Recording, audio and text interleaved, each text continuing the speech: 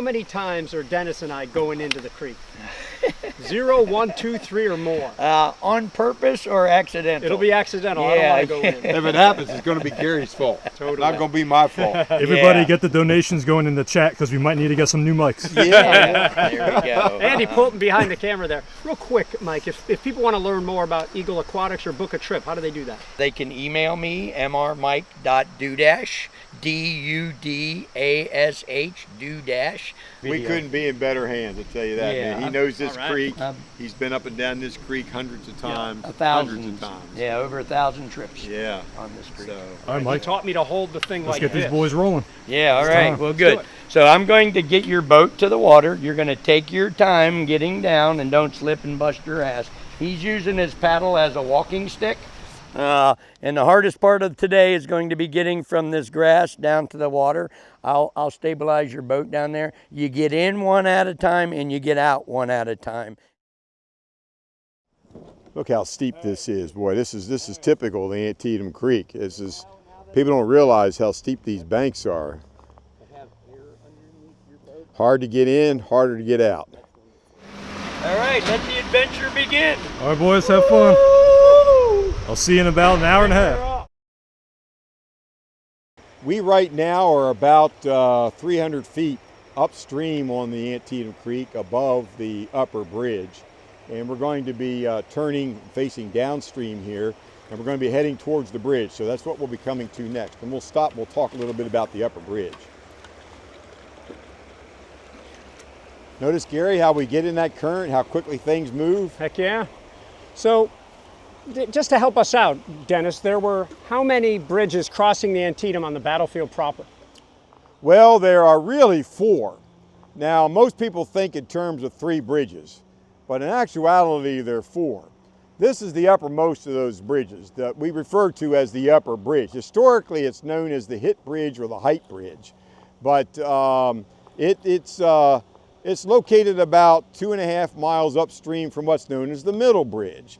And the Middle Bridge is a place that most people actually cross on the Antietam Creek when they're visiting the battlefield, because that is the road today that leads from Sharpsburg to Boonesboro. And today that's a modern bridge, but historically it looked just like this one. It was a 3-arch stone bridge. The lower bridge, which is about 3.5 miles from here, is today famously known as the Burnside Bridge. And then the lowest of them all is the Antietam Ironworks Bridge, which is truly at the mouth of the Antietam Creek. That's almost 7 miles from here. Let's stop here for a second, Garry. Let's just stop. There we go. And so this bridge, this massive stone bridge, is made out of limestone. Looks a lot like the Burnside Bridge. Was built by the same person who constructed the Burnside Bridge, a fellow named John Weaver. This bridge is older than Burnside Bridge, and it's still in use. You can actually take your car, your tractor, your vehicles across this bridge today. It was one of 30 bridges built in Washington County, Maryland, because of the great stone that we had here. The limestone, making for such a strong foundation and structure. This bridge has been through flood after flood after flood after flood, yet it still stands, and it was built about 1830. And so really something quite special. And it's going to become very prevalent during the battle as prelude to the battle. So let's go on under the bridge and have this experience.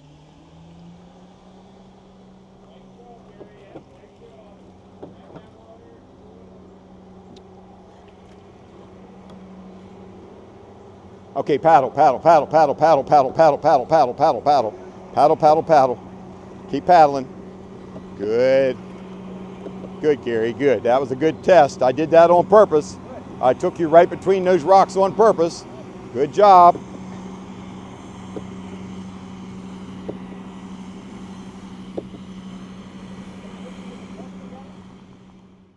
Well, Dennis, here's what I want to know. The Union First Corps crossed on the upper bridge, but some of them, or some of the other people with them, also crossed at a ford between here and Prize Ford, am I right? Yes, and we will see that ford, we will cross that ford, we will experience that ford, and it's coming up very quickly. I think you raise a good point about you know, what's going on here? Why are we even at this bridge? What's happening here? Why is it significant in the battle at all? Well, there's no fighting here at the bridge, and that's really important to understand. That what's happening is General Lee doesn't have enough men here to hold all the passages of the creek. And McClellan figures that out. McClellan, when he arrives on September the 15th, along with elements of the 1st Corps, elements of the 5th Corps, elements of the 2nd Corps, all of them starting to arrive here on the 15th, 2 days before the battle. The creek is a moat. Think of the creek as a moat between the Confederate Army and the United States Army. And Lee is on one side of the moat, and of course, General McClellan is going to arrive and be on the other side. So it's a massive moat. Now this has some advantage for General Lee, because that means that he has to hold and protect and defend on his side of the moat, which means that if the Federals go across the moat, General Lee's principal form of defense here, the Antietam Creek, has been breached. We don't want that to happen if you're General Lee. But Lee's problem is he doesn't have enough men here. We need to remember that by the time the Union Army arrives here on September the 15th, Harper's Ferry, let's keep things in context, Harper's Ferry is just capitulating, it's just surrendering. So 2 out of every 3 Confederates in Lee's army, 2/3 of Lee's army is not here. It's at Harper's Ferry. It's a minimum 1 full day's march from here, and that includes a crossing of the Potomac River.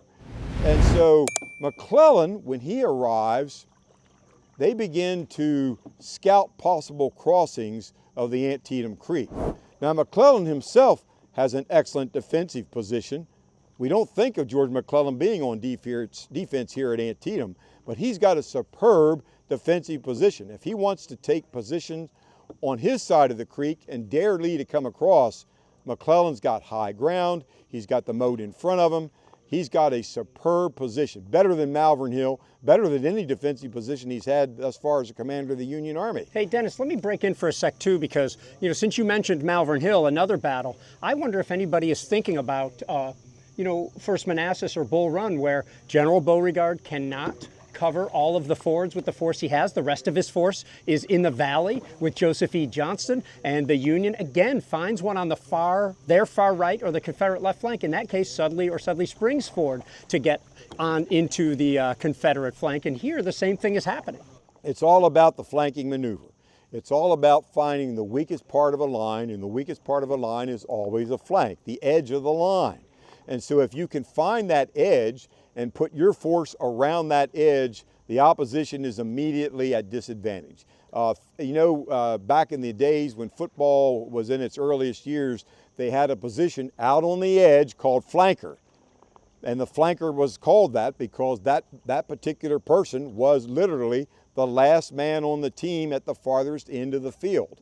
And so that's exactly what's going on here, is that McClellan on the 15th is exploring possible options, possible alternatives to get across the creek and possibly strike General Lee. The option becomes the upper bridge. Lee can't defend it. He doesn't have enough men here to defend it. He's still waiting for 2/3 of his army to arrive from Harper's Ferry. And so McClellan is able to cross the creek uncontested. What a great opportunity it is. And let me just say, Dennis, that I can't, and I'm sorry to keep breaking in, but I am seeing it for the first time, seeing what this creek would have looked like to some of the soldiers when they were crossing, when they were fording it. And even with a little bit of distant modern noise, there's something about the floating and what I'm seeing right in front of me is just incredible. So thanks to you and Mike. That's why we call this tour Antietam, as seen from the Antietam. I also like Battle Paddle. That's Mike's term. Battle Paddle. We'll give Mike.dudash, our outfitter, credit for Battle Paddle. And this is very much what the creek would have looked like in September of 1862. Notice debris in the creek? Yeah, you're going to have debris in the creek. Notice the vegetation along the creek, probably much thicker today than it would have been in 1862. Our banks would have been much more exposed. Keep in mind that on our left and our right, we've got farms, we've got pasture, and the creek is a principal source of water. I mean, there's no such thing as digging a well with a pump that provides your cattle or your sheep or whatever your livestock might be with water that's coming up out of the ground. So it was much easier just for the animals, the four-legged critters, just to walk right here into the creek and drink. And Dennis, you're an expert, but we don't have to take your word for it. We can just look at Alexander Gardner's photos that show how clear it was around the creek, what it actually looked like. We can do that because Gardner came here under Matthew Brady's employ. Now we're coming up on a junction here, and we've got another body of water coming in on our left. And this is the Little Antietam Creek. This is the Little Antietam. This is the confluence of the Antietam with the Little Antietam. Let's go, Gary. We can go up there a little bit. So you go ahead and paddle. I'm going to steer us right into the Little Antietam. So there's Antietam and Little Antietam, but there's no Big Antietam. The Antietam is the Big Antietam. The Antietam is the Big Antietam. Check it out.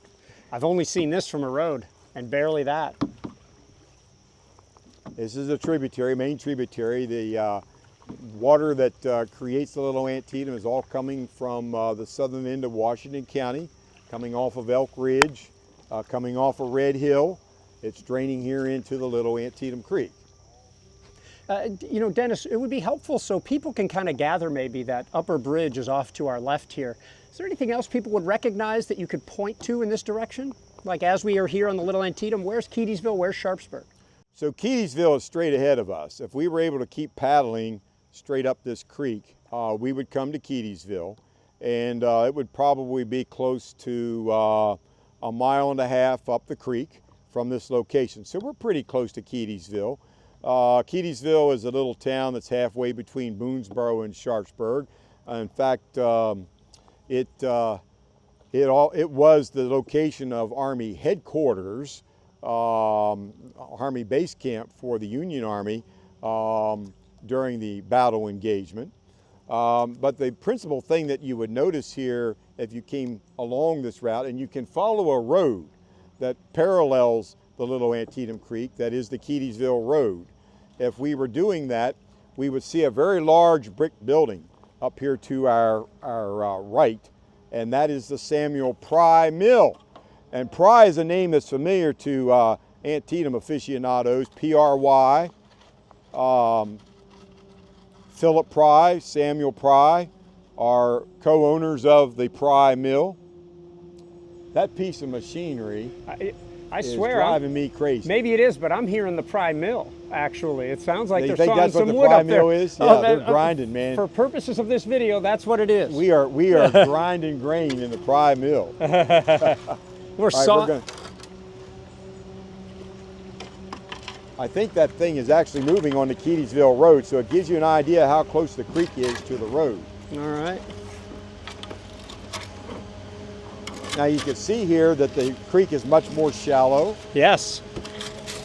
It's different, you know, Dennis, we have both led hundreds of buses around battlefields, but this requires a much more immediate overseeing of the directional operations on a tour.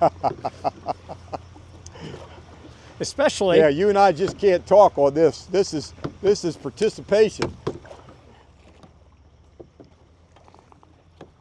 And now we're back out in the Antietam. All right, super cool. And we've joined our friends here, Kris and Mike. Kris, you'll definitely want to come take a look at this. This is a good ford.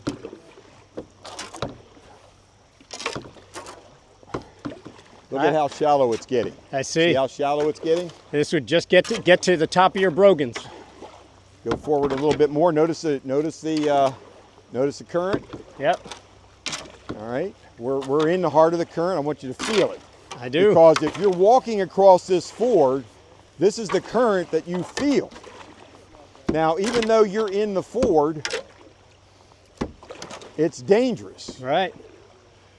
Anybody who's spent enough time in rivers knows what something like this can be. So Dennis, does this ford have a name? It is nameless. Okay, and is this ford the one where there's a big impressive drawing of troops crossing the creek. Probably. Okay, we'll flash that up. I think it is. Yeah, this ford, and Kris can get a really good view of it here. We are located downstream from the upper bridge. Now you can't even see the bridge. We are downstream from the juncture or the confluence of the Little Antietam Creek and the Antietam Creek. This was a very important crossing point on September the 16th and September the 17th. Now you can really see what a ford is. Now, for someone who's not familiar, this would just be a small rapid. You would call it a rapid, and indeed it is. But notice how the earth is uplifted so that there's very little water. In fact, some places you can actually see the bottom of the creek at the top of the water. They've come together. They've condensed into one. And so this is a natural crossing point. This was not built by indigenous peoples. This is a natural crossing point. And the engineers, the Army engineers, the Army of the Potomac, discovered this ford when they were also searching for the upper bridge. Now, Garry, I got a question for you. Kris, I have a question for you. We could see the ford. We understand the ford. We're literally sitting on the ford. What's the problem here? What kind of problem do we have crossing here?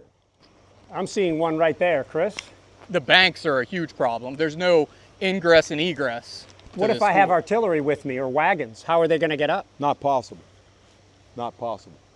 And so even if you're just infantry, and I don't like to use the word just before infantry, but in comparison to artillery, or even cavalry, what horse is going to ascend that slope? Look at that slope. Look at the steepness of that slope. So even the officers with the infantry. Exactly. Would not be able to cross here. So we have the convenience of the ford and the inconvenience of the banks. And I think that's one of the things that most people don't understand about the Antietam Creek, is that these banks are steep throughout. If you've been watching, you saw us get into the creek above the upper bridge. You saw how steep it was, how difficult it was. And we picked the best spot. We did. We picked an easy spot, easy in quotation marks. Yeah. Look at this. I mean, you and I could go over there and stand, and that steep bank is higher than our vertical elevation, higher than our height. And we're tall, Dennis, you and I. We're known for our height. You have a new definition of tall. Well, so get in touch with Merriam-Webster to make sure they understand that Dennis Frye and Garry Adelman are now considered tall. It's the new tall. So what I would say, so a good commander, or one who might want to make use of every possible thing, is cross the foot soldiers here, take the artillery and the cavalry across the upper bridge? That's exactly right.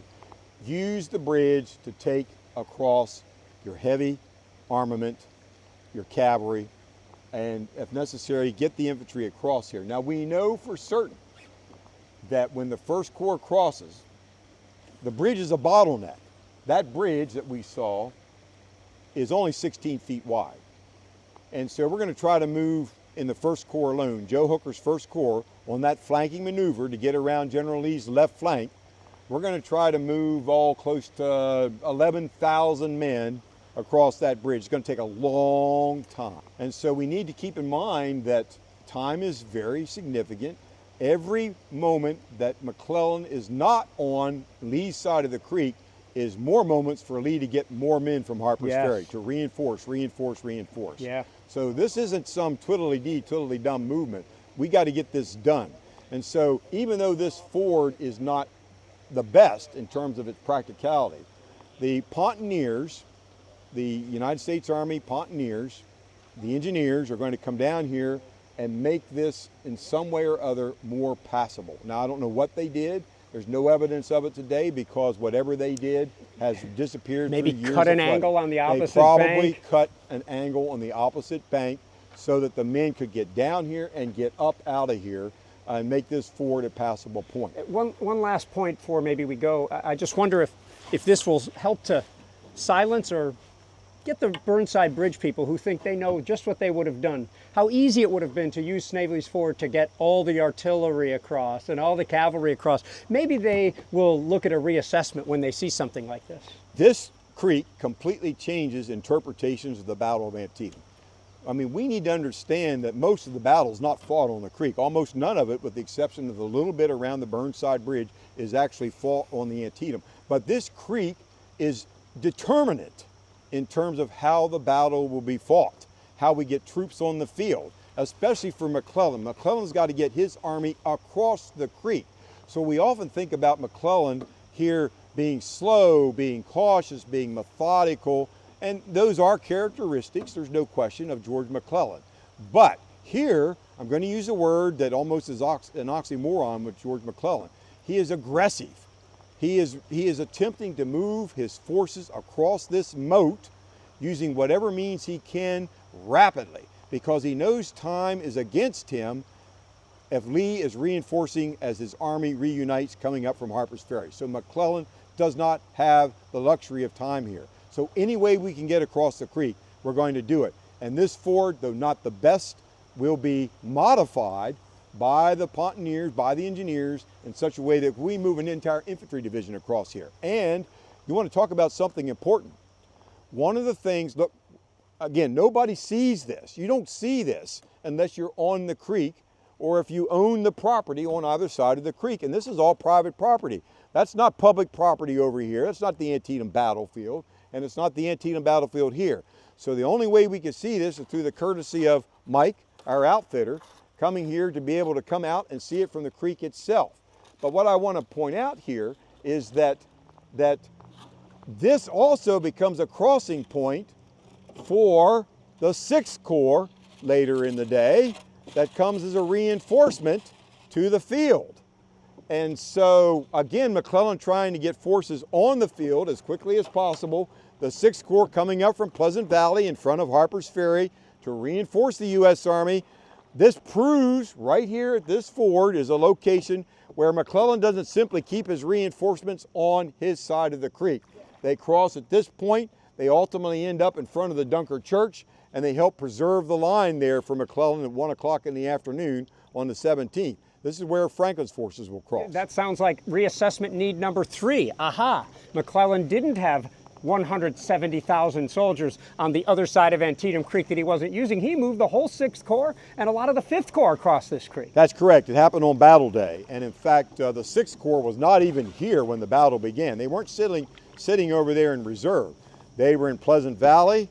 They were about 6 miles north of Harper's Ferry. Of course, they had been fighting in the battle at Crampton's Gap. They were bivouacked in that area. Yeah. And they marched from Crampton's Gap that morning. We often think about the great march of Antietam is, who is it, Gary? A.P. Hill. A.P. Hill. But coming up in the afternoon. But another forced march that once again nobody talks about was William Franklin and the Union 6th Corps. They did a forced march that morning, leaving Pleasant Valley at 5:30 in the morning. Once McClellan determined that Lee was not leaving here, he was going to fight here, he sent orders to Franklin to get your tail up here, and Franklin began moving at 5:30 a.m. on the 17th. His forces were here on the field by 9:30, 10 o'clock. Forced march, quality forced march, and here for McClellan to put on into the field, which he does. He commits both divisions, Slocum's divisions and Smith's divisions, on the Lee or Confederate side of the creek. 2 things. One, I hope Kris gets a picture because now we know how the infantry got down to the ford. There are some convenient stairways. 2, picking up where what you were saying, just for people who don't spend a lot of time here, I'd much rather be at Fox's, Turner's, or Frosttown Gap if I was marching in Antietam than at Crampton's. They're all closer. Yes, exactly. Crampton's is much farther away. So before you blame Franklin too much, he does have some logistical realities to deal with. Well, and we shouldn't blame him because he conducted an outstanding forced march that morning. And it's just one of those unheralded events of Antietam that the United States Army gets no credit for. That's a hike we should do sometime, Gary. You and I should follow Franklin's route from Crampton's Gap to the Antietam battlefield. The route is extant, it's all original. The only thing that's happened is they've paved the roads. We ought to be able to see if we can do it as fast as Crampton's men did it, as Franklin's men. Yeah, you'll follow in the car. Kris is going to follow in the car. I would just be concerned that it might be a little too easy. Oh. Kris, we'll give Dennis a 50-pound pack, though, to make it realistic. Well, after that 20-mile hike that you and I did together last year on the Antietam battlefield, that hike with General Franklin from Crampton's Gap to Keedysville ought to be pretty easy. Yeah, and you still had gas in the tank. We both did. Yeah.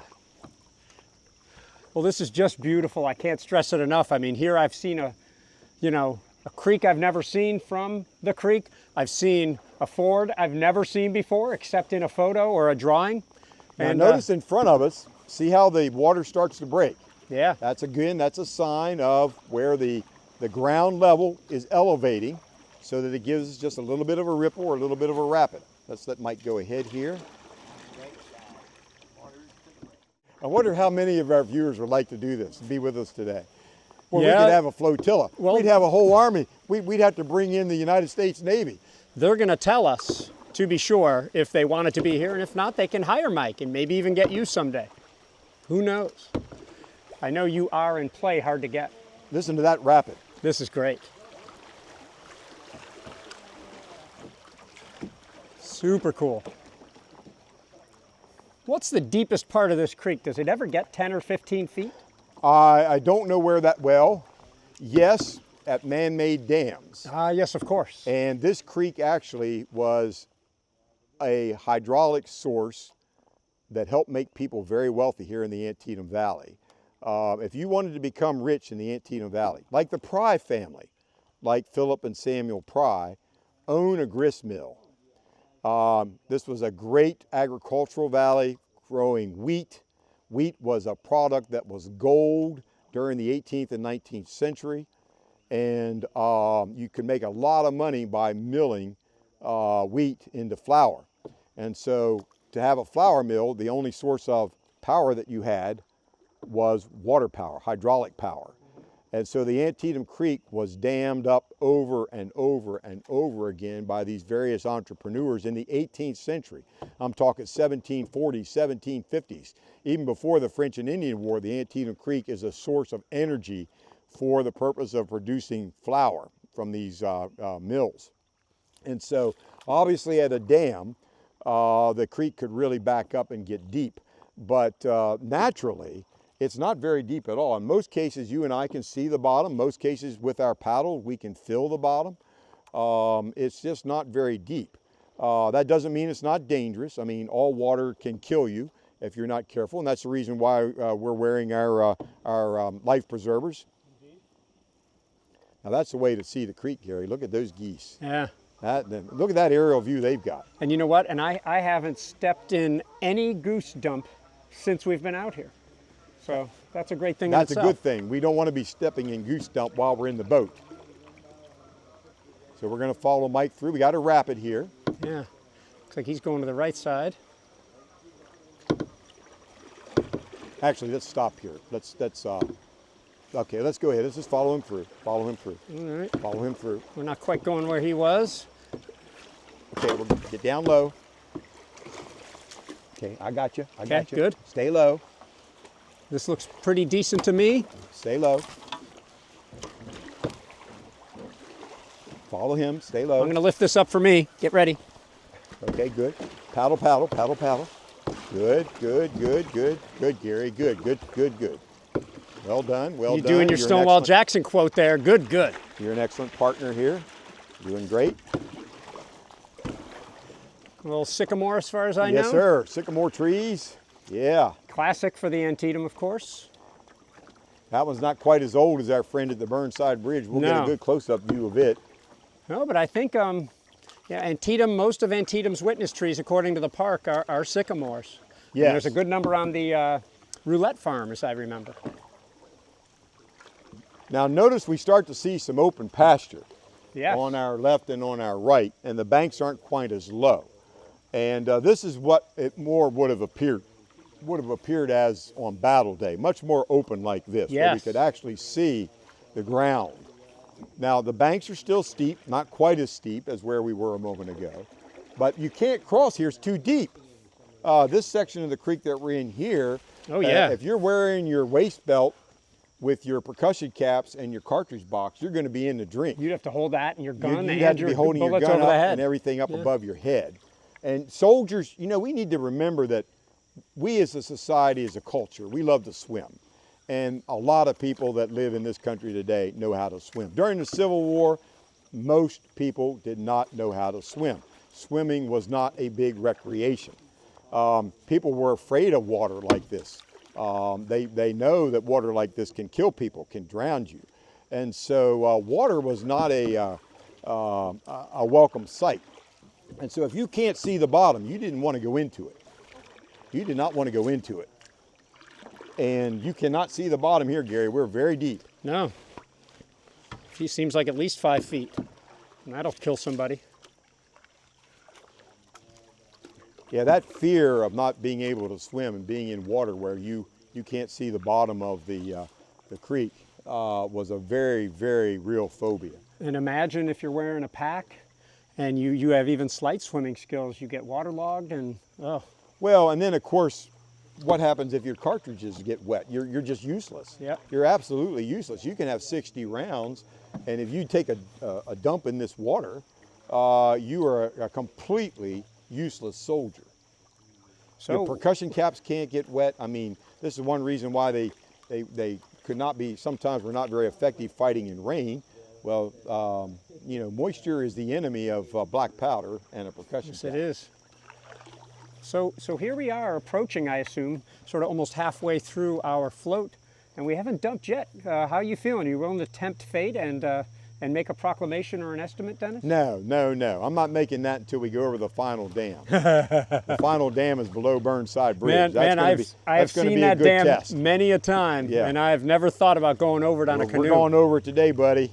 And if we make it over that dam without dunking, then we've had a great day. Then we end at Nutter's and celebrate. Well, we've been to Nutter's. Gary and I have been to Nutter's. We've done a video about Sharpsburg, downtown Sharpsburg, and the great site Nutter's is with its ice cream. Nutter's is very popular. And wouldn't you know, the outfitter's already thinking about ice cream. We're out here in the middle of the Antietam Creek. No doubt. Oh, feel that breeze. That's great. Ah, that breeze feels great.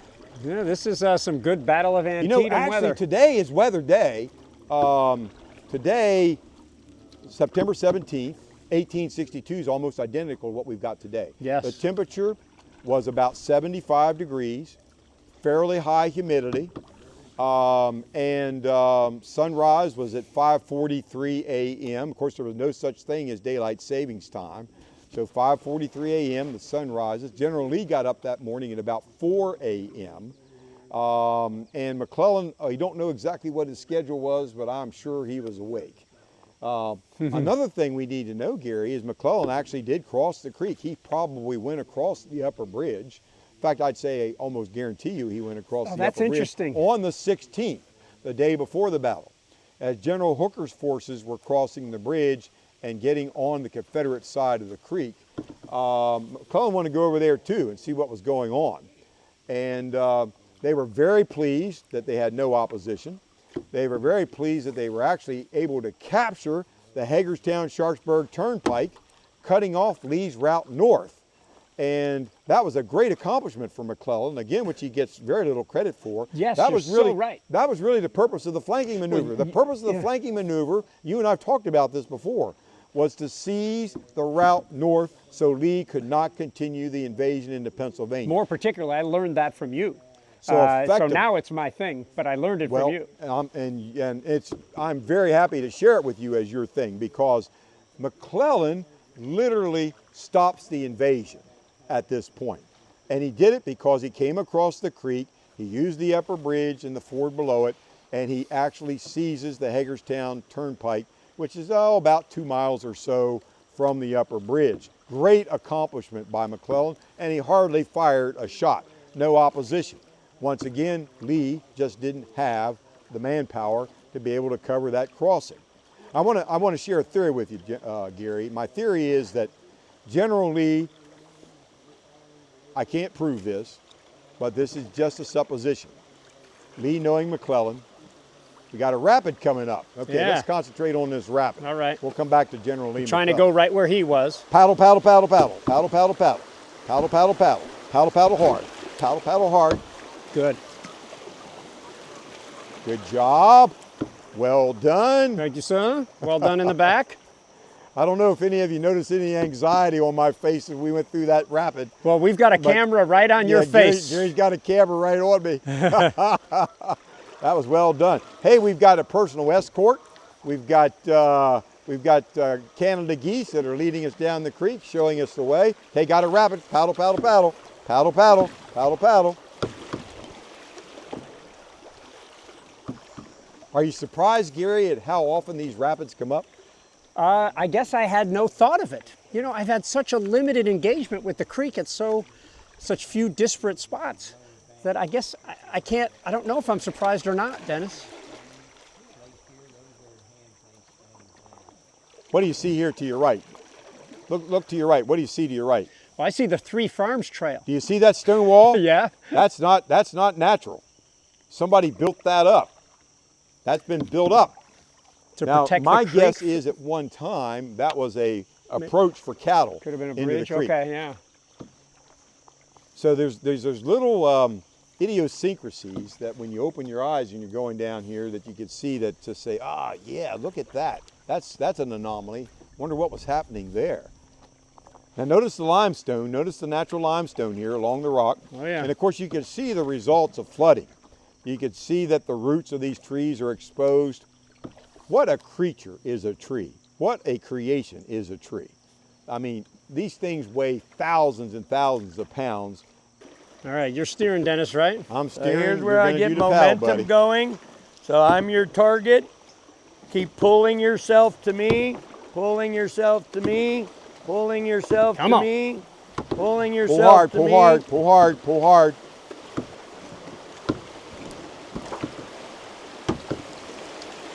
Big rock there.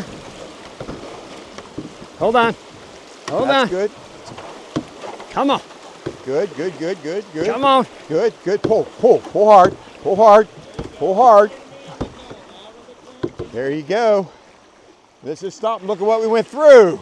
And we Nice. did Good not job, go fellas. under, Good baby. job, fellas. We made it. Woo-hoo! Survivor, everybody. All right, good So you job. see, when you paddle, you have control. Yes. And It was you tempt- slide over rocks and you bounce off of rocks. But what you It want to was avoid tempting. are trees in the water. When you hit that rock, it's tempting to grab the sides and hope. Yeah. And then But you I didn't lose because of your control. training. Well done, Gary. Well done, Dennis. I will recommend you to future canoe partners. Well done. Gentlemen, and I mean that as a compliment to both of you. What's the difference between this ford? Here we are at Prize Ford. Of the fords on the battlefield, there's two that are named. One of them is here, Prize Ford. The other one that's named is called Snavely's Ford.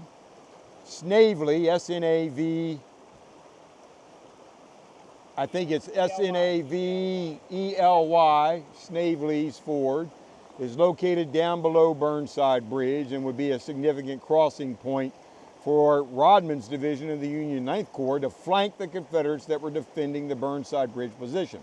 This ford, Prize Ford, named after the Frye family, Samuel Frye and Philip Frye, is very substantial. And so we saw a ford earlier where we had Abner Doubleday's division crossing of the 1st Corps.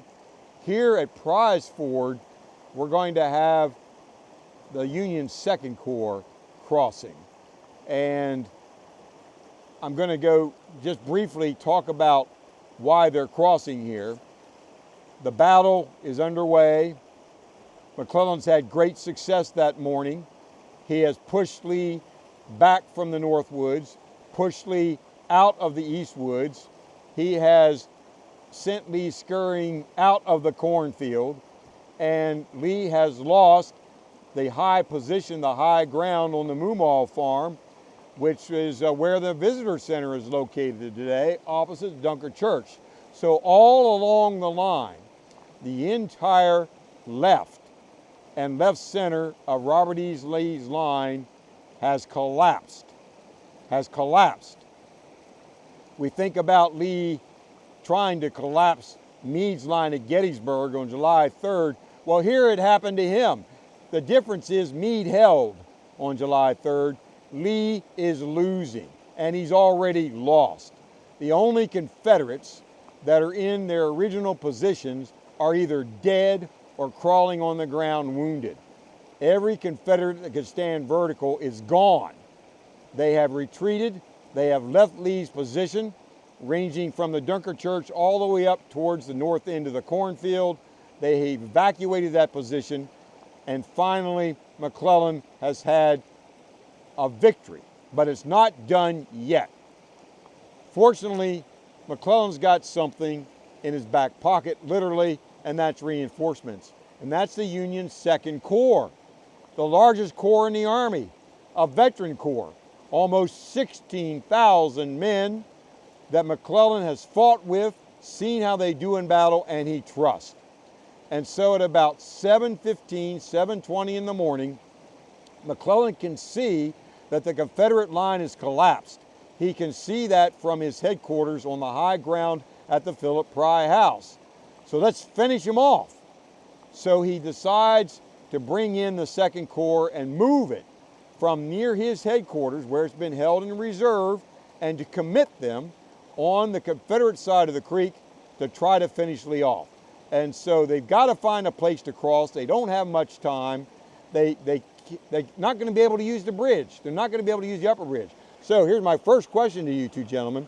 Why will the 2nd Corps not use the easy way across the creek? Why will it not cross the upper bridge? Kris, you want to take a shot? I'd say What a coward! What a coward! No, I have my answer. Oh, he's got his answer. I would say artillery and open ground. Did you see how quickly he said Oh, that he to kicked you? it over to me because, yeah. Because This is how I am. answer? What is it, Kris? I would say artillery and open ground. Gary? Yeah, I mean, I would say that because you saw that they suffered some when they crossed the middle bridge later. But this is also a direct route that will take people largely unseen to the spot where they want to attack, toward the Potomac, or ultimately in this case toward the sunken road. So it's also a pretty direct route. So your points are good. But not the right ones. Well, no. I'm just going to add a little bit. The fact that this maneuver can be done unseen is a very good point. Lee cannot see this. Lee cannot see these reinforcements coming onto the field. Remember, we're in a canyon. We are in a canyon that's been carved by the Antietam Creek. We were down in this bottomland. And so anybody that comes into this canyon can't be seen from the other side. And so it's a good way to bring reinforcements on the field without the enemy being aware of it. So good point. But here's the main reason. If we were where this force is located, at the Philip Frye farm, and the Philip Frye farm's right up there, right over here. That's where the 2nd Corps is, almost all 16,000 of them. For them to cross the upper bridge, they can't get to it easily because the little Antietam Creek blocks their approach. They literally have to go around and across the little Antietam, then cross the Antietam. So it lengthens their march considerably, and they don't have time for that. So although this is not as convenient, not as easy, it is much faster to go across here at Prize Ford because speed is of the essence. McClellan knows that reinforcements have been arriving from Harper's Ferry. He's aware of that. He's aware that every Confederate that comes on the field, his numerical superiority is getting less and less and less. And so he needs to get the 2nd Corps on the field as quickly as possible, and using this ford is the way to do it. Now, gentlemen, what's the difference between this ford and the one that we saw previously?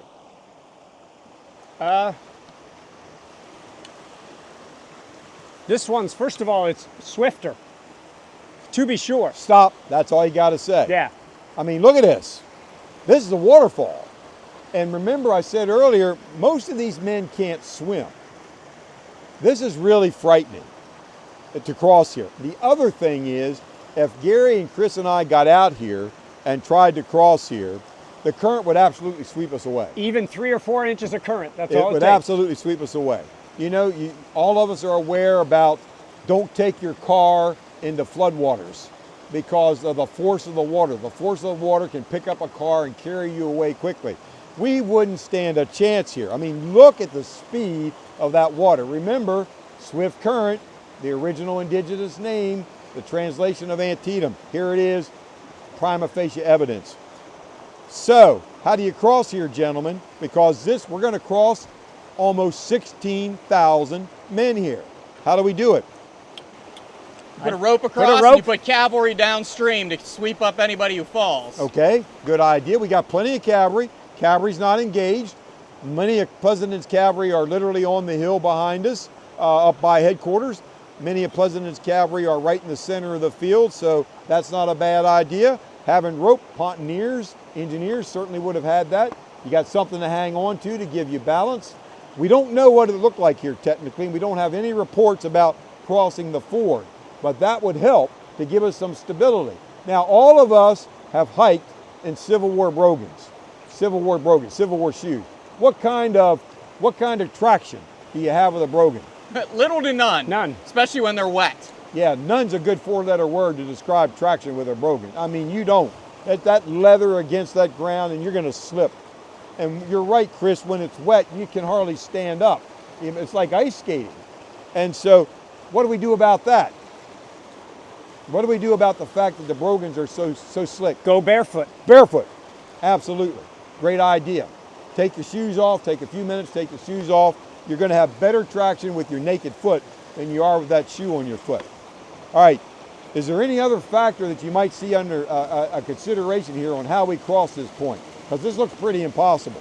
Well, we have rocks along the bank. Yeah, look at how low the bank is. Yeah. Okay, we don't have to dig a road trench to get up here. This is accessible. Now on this side, it's a little bit steeper, but the banks are much more accessible here. We come out of this water, we're going to be wet. And so having rocks on the side allows us to climb up that bank without making that bank muddy and slippery. So we can get in and out of the creek much easier here, much more so than we could at the previous ford just below the upper bridge. There's one other thing that's really important here that's obvious, but it's not obvious today. I'll just give you that as a hint. It's obvious, but not today. The answer is we're in a drought. We're in a drought on September 17th, 1862. The creek doesn't look like this. Way too much water coming down through here. And so we don't know how low it was exactly, but there was no trouble crossing here. This falls was not a waterfalls. That's how low the creek was. I know this because if you research the local newspapers, the local papers at the time, they talk about the severe drought of the summer of 1862. They've got no rain. The drought was so bad, it killed the corn crop. They literally had to replant the corn crop because it died in the drought. The drought was so bad that the Potomac River was at its lowest point in recorded history in 1862. They had never seen it so low. So the Antietam looks very strong, powerful, and swift here today, but on battle day, you can walk across here. Now you're gonna get wet, your feet are gonna get wet, but the current's not gonna be strong enough to take you down. Good crossing point, and they took advantage of it with 16,000 men crossing here to go and try to destroy Lee in what would become the Battle of the West Woods. I would like for one other thing for you and our viewers to do. Think about crossing here and think. These men know that as soon as they get to this creek, they know what's on the other side. They know the enemy's on the other side. They know they're walking into the rattlesnake nest. And they know the rattlesnake's over there ready to bite. And Lee's poison is infectious and deadly. They know that. These are veteran troops. They've had to deal with Robert E. Lee and his Confederate Army. And so you come up out of that water, one of the things you're thinking about, and one of the things you're thinking about as you're crossing this ford is, how long do I have to live? For many of these men, by the thousands, within the next hour after they cross this point, they're going to be dead or wounded. For many of these humans, this is the last time as a human they are at a place on this earth of peace and a place of serenity. This is the last spot where they will experience peace and serenity. So you think about that. You got two divisions crossing here of a little over 11,000 men, and almost 50% of those men that walk across this creek with their shoes off, getting ready to go into battle, are not standing in an hour. And well, what I'll say is, Dennis, I've been reading about prize Ford on and off for Decades. 30 some years, yeah. And this is it. This is the first time I've ever seen it. So what did you think it looked like, Gary? How does it meet or not meet your expectations? I pictured something like Snavely's Ford. I pictured nice little gravel, like easy to walk across. Nothing like this. Nothing like this.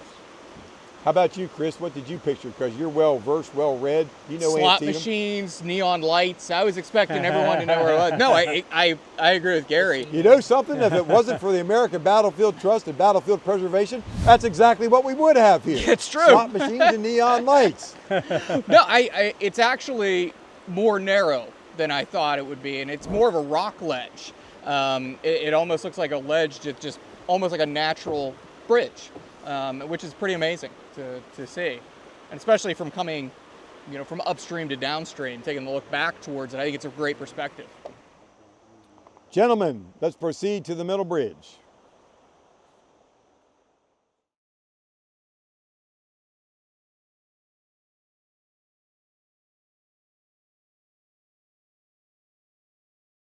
Now we're going to paddle for quite a while here. This is really beautiful. It is quiet. We have a beautiful, beautiful trip down to Middle Bridge. Nice.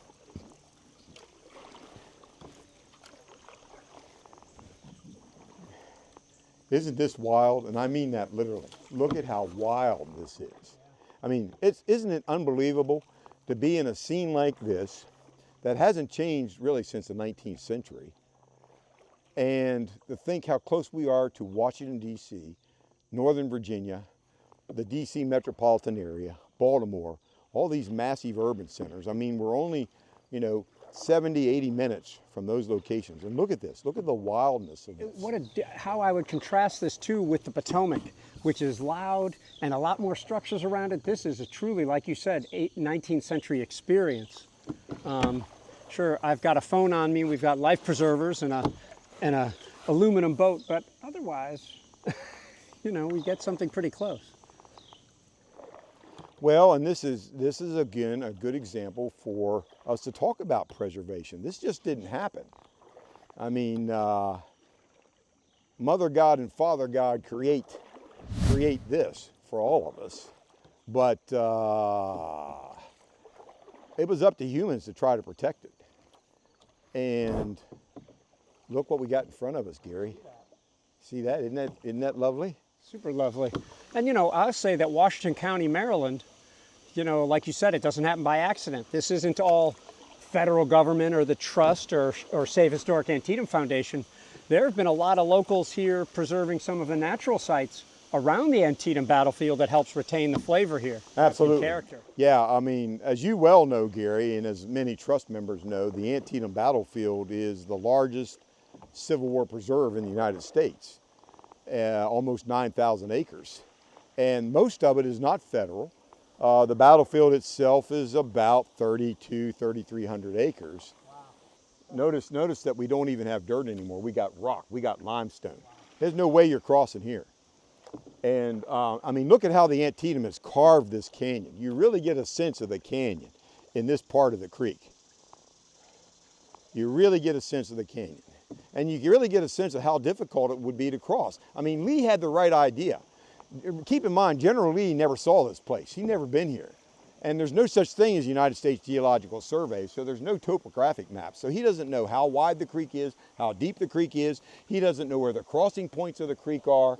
He has no idea what this is like, but he knows it's water, and he knows it's a body of water between himself and George McClellan. And so look at this. If the whole creek is this kind of cliff formation, well, Lee's got a fortress. I mean, there's no way to get across. He's got a fortress. Unfortunately, the creek's not a bulwark in its entirety like that. All right, you gonna do it, Garry?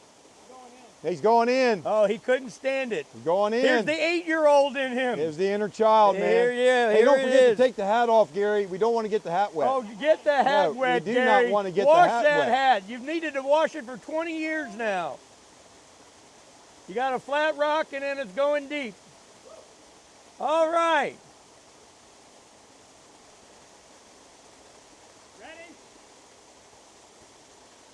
Yeah! Woo! Woo! Oh yeah! Oh yeah!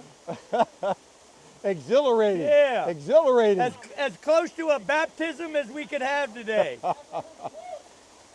Woo! Living on the edge, I tell you, Dennis. Living on the edge. Way to go, Gary.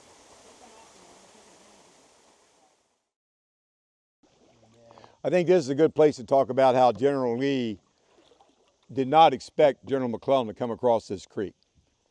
General Lee has his own engineers. He's got his own pontoneers. As many of you have often heard me say, the eyes of the Army are not the cavalry. The eyes of the Army are the topographic engineers. And this is why you use and need topographic engineers. They're the first to survey a battlefield or a potential battlefield. And then they come back and report what their survey shows them. And that would have been Hotchkiss? Maybe on the Confederate side, he might have been a part of that. Yes, the map makers, the people that typically would go out and take a look at the terrain and come back to report to the commanding officer and say, here are your options. So General Lee actually has a good option here, meaning that this creek is defensible as long as the enemy stays on the other side of the creek. And I think if General Lee had anticipated that McClellan would not come across the Antietam, and then McClellan himself would use the Antietam as his own position of defense, i.e., General Lee, I dare you to come across this creek and get me, then that would fit right into General Lee's plan. Because as long as McClellan is on the east bank of the Antietam, which is off to our left, Robert E. Lee has a clear path into Pennsylvania, all the way into Pennsylvania, because this creek goes all the way into Franklin County, Pennsylvania. Franklin County, for those of you that may not know, that's where Greencastle, Pennsylvania is, Chambersburg, Pennsylvania. And so Lee literally could have conducted the invasion using the creek to support his flank, to protect his flank. But this is all based on the assumption that McClellan doesn't come across the creek, that McClellan decides to go into a defensive posture, and McClellan uses the creek to protect himself. And it would make sense. I mean, keep in mind that George McClellan's under enormous pressure to ensure that the United States Capitol is not injured, that the United States Capitol is completely protected. So the very fact that McClellan comes across this creek potentially opens up access points back door to Washington. So it would make a lot of sense that McClellan would just stay on the east bank of the Antietam. He protects approaches to Washington that way, and basically he invites General Lee to come attack him, and McClellan would have an excellent position of defense. Well, unfortunately for General Lee, that anticipation does not become reality.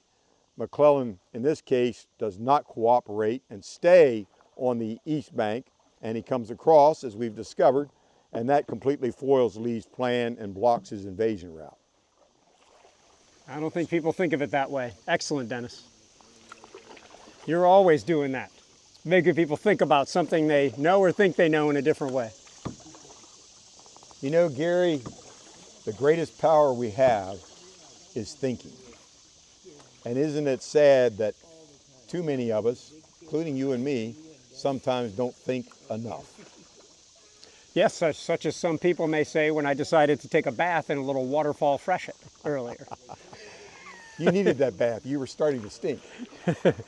Luckily, the camera can't yet provide that for the viewer. The camera can't pick up odor. But I happen to be downwind. I don't have any choice in the matter. You've let off my true secret, Dennis, is my offensive scent. It could be that hat. Maybe the hat's just been through so many campaigns that it can't get rid of the smell anymore. After a good summer battle anniversary, I confess that you're correct. Maybe not about the other stuff. Look at this beautiful sycamore look at coming that out. sycamore. Look at that architecture. Chris, hey Chris, make sure you get that sycamore tree. Look at that thing. How in the world does anything grow and live like that? That is a masterpiece of art. It could be a Ford, you know. Yeah, it would be a good Ford. What a piece of architecture. Oh my goodness. For those of you who don't know, that's called a sycamore tree. That is just an amazing, incredible piece of nature. Wow, you are so beautiful. Don't come down. Not a good time to come down. This is McClellan's side of, look at that. That's McClellan's side of the creek now. A while ago, we saw that type of formation on Lee's side of the creek. This is McClellan's side. So McClellan, this reinforces my point. The Antietam Creek, F. George McClellan had chosen, was an outstanding position of defense for him and the Army of the Potomac. Look at that. I mean, that is an earthwork, a natural earthwork that is just impassable and impossible. But turn to your right. Turn to your right. Now look at Lee's side of the creek. Lee's side, it's a complete reversal of what we had earlier. When we were a little bit further upstream, just beyond Prize Ford, General Lee's side was the steep bluff, the steep slope, the cliff. And so the creek changes its configuration. It's not even, it's not equal. Sometimes, as we see here, one side of the creek is much higher than the other side of the creek, very imbalanced. And then sometimes it switches off between east and west in terms of what the elevation is. And so, again, this creek is a barrier. And either army could use it as a barrier or as a position to protect itself. The big issue is, how do we cross it? And of course, the bridges were built by Washington County, by the citizens of Washington County, paid for by the citizens of Washington County as infrastructure projects in the 1820s and 1830s. The bridges we're seeing today are original. They are not reconstructed. And these bridges built out of native limestone cost originally anywhere from $1,400 to $2,300. What a great infrastructure investment it was by the citizens of this county, taking advantage of the natural resources in this county. To get across this creek's a barrier. And notice that we have seen no more fords. The creek is very deep, relatively deep here. There's very little current here compared to where we were earlier. You would not call this swift current. If we weren't paddling here, it would take a long time to go down this section. And you said 30 structures? Originally 30 bridges built between about 1825 and 1860. So something you said, Dennis, too, you know, yet another thing I've never really thought of before is this idea that George McClellan, you know, while he's thinking offensively, going after Lee, he's also thinking defensively. This idea of bringing his troops up here, holding the Second Corps on the east side of the creek until he see how things develop. You know, people that learn about Antietam nowadays in the last 10, 20 years might hear about a McClellan that isn't what they learned when they were younger. You know, the man who had 50,000 reinforcements, the man who was bumbling and things like that. But it does seem to be true that McClellan was indeed inclined to think that his enemy was stronger than it was. Well, there's no question that McClellan thought his enemy was stronger than it was, but even here at Antietam, I had the great privilege, Gary, I know you've been a big supporter of me as a writer and as an author, and the last book I did is called Antietam Shadows. Yeah. And in that book, I have a chapter called The Linus Blanket, named after Linus of Peanuts fame. And is there any other Linus blanket? There cannot be. The blanket of Peanuts fame. And what I talk about are numbers and the mirage of numbers. But you know something here at Antietam? George McClellan, here comes the middle bridge. Let me finish this up. George McClellan convinced himself that he outnumbered Lee here because most of Lee's army was at Harper's Ferry. Most of Lee's army was at Harper's Ferry. So when this battle began, General George McClellan thought he actually had numbers to his advantage.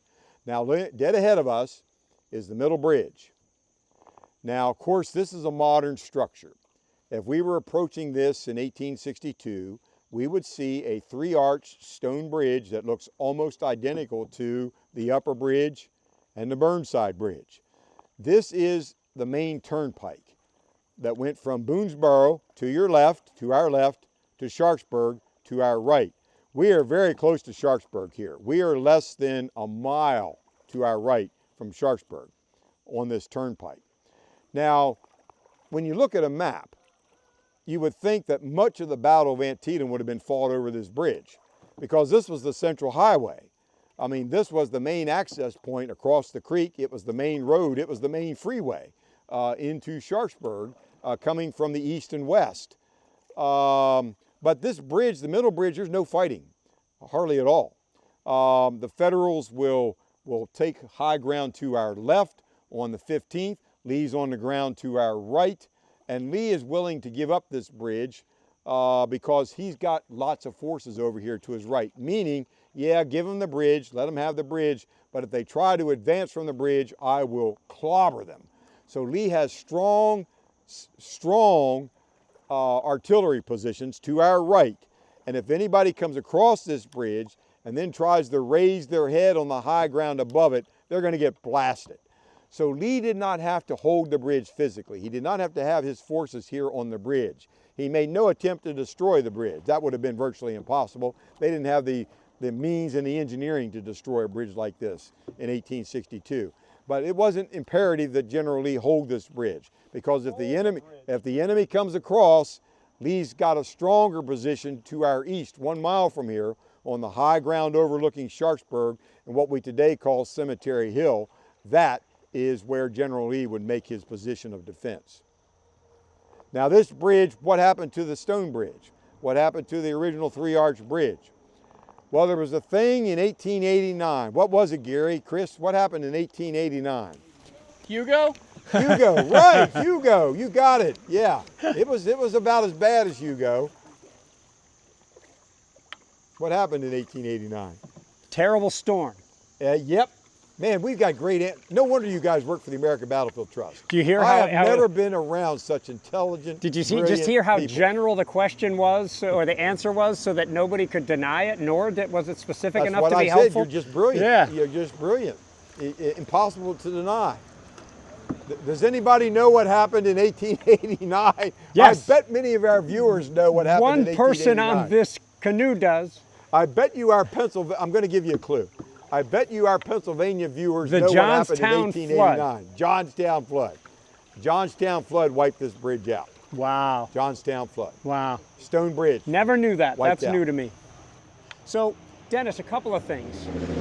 We'll have some noise, but you know, McClellan did send 5th Corps troops across this bridge, suffering more casualties than the actual attempt to cross Burnside Bridge, but they got turned back, like you said, because of Lee's strong position on what we call Cemetery Hill. Yeah, right. The fighting did not occur here, but it was almost a mile to our west. Ooh, and if I may, if I can say this, so here is also the site of an extensive photographic series by Alexander Gardner showing this bridge from both sides, from above, from below, and in one of them, there is a woman on a boat, I believe, or 2 women in a boat right here, and there's another one showing that boat and other people. So here we are at this in Alexander Gardner's 1862 photographs here. Let's turn around and take a look at it. Yeah, I agree. Gardner had a whole lot better view. And Hey! there's our land-based crew. Gardner had a whole lot better view of this bridge than we do from down here. Yes, indeed. You know, also while we're here, Dennis, Abraham Lincoln is known to cross this bridge, right? Undoubtedly. October 4th, 1862, President Lincoln had come out here to review the Army, to commend McClellan, to congratulate the Army for its great victory. And October the 4th was his last day here. He had arrived on the 2nd. He had spent 2 days reviewing the Army. He had met with McClellan. And then on the 4th, it was time to go back to Washington. And before he left, he would have crossed this bridge going from our left to our right so that he could meet with General Hooker.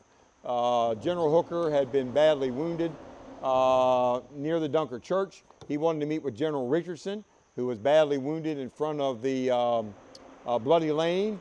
And they were both being treated at the Frye House, which had been one of McClellan's headquarters during the battle. And so this would have been the route to the Frye House. And he had personal escort with General McClellan. And from what I knew, I read it in Cowie or Hartwig's book, that Lincoln wanted coffee, but none was to be had, so he was able to get some spring water from a house to the east of the bridge. I can't remember which of the books had that. In an army that lived on coffee, he couldn't find coffee. Give them a little taste of like what the South was going through. And Gary, you and Dennis are going to have a challenge here. I'm going to go down first. I'm going to bounce off a couple of rocks straight down the middle, and then I'm going to get stuck on this big rock in the middle. I am your target, so you try and run me over. I'm going to stand on that rocker right there, because the move here is zig left, zig right. So I'm going to be right on that rock, on that zig left, and then as soon as you go by me, you're going to get back out in the middle. Middle, left, middle is the key to make this. Yeah, most people just get flushed into the big rock and stuck and broached and flipped. And so I'm your target, and I'm setting safety here for you guys. So I'm sacrificing Kris for you, Dennis. Speak well of me. Before we go down there, I got a question, Gary. Since you've spent quite a bit of your professional career studying Civil War photography, you've been very active with the Civil War Photography Society, and you've done a great work in identifying where many of these photographs were taken.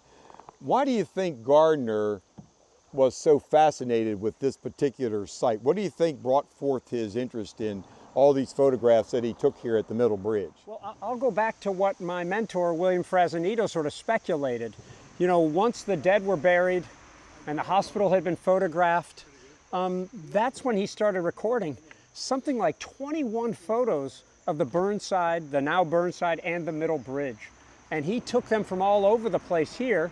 I also think he was interested in the sort of landscape and the pastoral nature of what he saw around him here.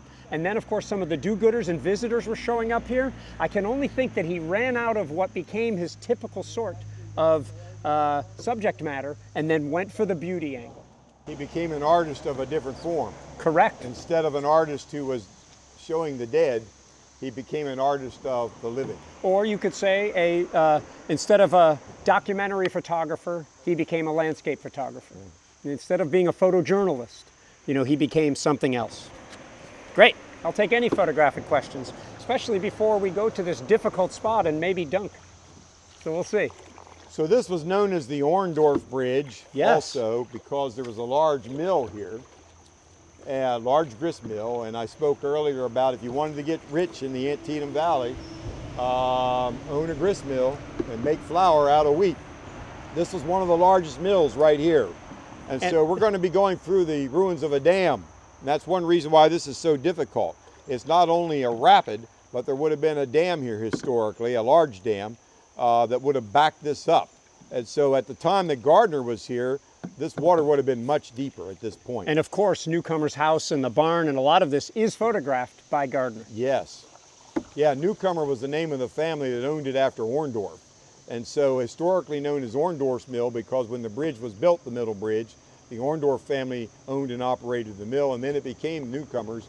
And of course, as Gary points out, if you look at any of the battlefield era maps, this is referred to as Newcomer's Mill or the Newcomer Farm. Was it the destination of Sunken Road, the mill? I was just going to bring it up. Is that why it's sunken? Some would suggest it is. Well, there's no question that one reason the Sunken Road got so much usage was people bringing their goods over here to this mill for fabrication from wheat into flour. And without paying a toll. Without paying the toll on the turnpikes. And off to the right there, you'll see the mill chase right there. Yeah. All right, we're going to go down the main part, and you can see that big giant rock, that square rock. So we're going to go to it and port round it. That's where I'm aiming. Okay. You're going to bounce off a rock or two in between here and there. Okay. But I'm your target. That rock is your target. Okay. And then it's zig left and back out into the current.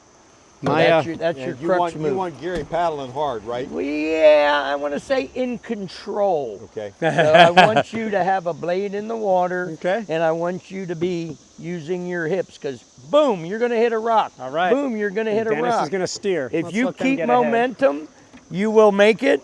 If you stop paddling, you will flip. Hey, Kris, before we leave here, note this elevation to your left. This is the Union side of the creek. Once again, it would be ideal for General McClellan to defend this position. If he wanted to hold the Middle Bridge against a possible attack by the Confederates, He has a superb position of elevation here. We have not seen anywhere on our trip an elevation this high. These cliffs here, these heights here, are even higher than those at Burnside Bridge. It's like Stafford Heights at Fredericksburg. This Yeah, is the real Stafford deal. Heights at Fredericksburg. All right, man, you ready for this one? Yeah, this is a tricky one. This Yeah. is where a lot of people We haven't flip. dumped yet, dude. This is where a lot of people It flip. could be here. You might get it. Yeah, this is Here, we got to give this him is a more good one. space, right? This is a tough one. Because he's going to get out on that rock, right? And Yeah, help he's us. going to get out. So let's, we want to kind of hang back a little bit. yeah, exactly. This is a place where I've traditionally had trouble with people getting stuck and then running into people and crashing into people. So that's why I'm going to set safety down here on these rocks, because they will bounce off of this one dead ahead right here. And I'm going to just squeeze between them right here. That's the move right there, and we'll get stuck right here. Yep, perfect, right where I want to be. So he's going to. Okay, here we go. Okay. All right, you're going to be paddling. I'm going to be guiding. Okay.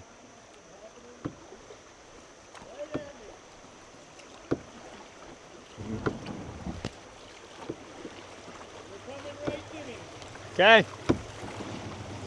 Relax, put it in reverse just a little bit. Not so much yet, Dennis. Nope. Good deal. All right, I got you. Right up. Oh, I still got you. Okay. I still got you. I'm going to take it to the right of that rock, Okay. and now you're clear. Good job. That's the move. Thank you, sir. Let's just keep going. That was actually close.